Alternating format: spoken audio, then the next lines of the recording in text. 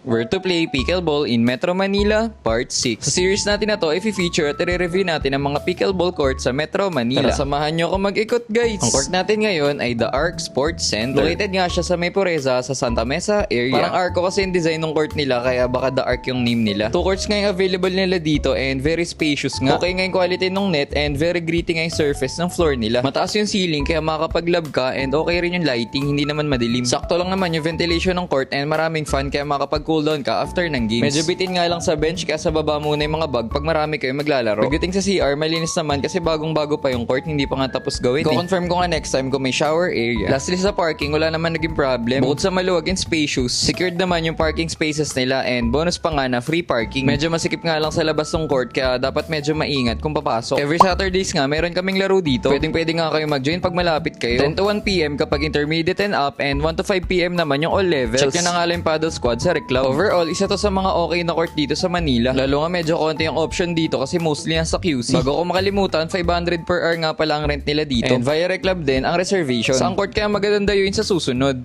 Comment down below!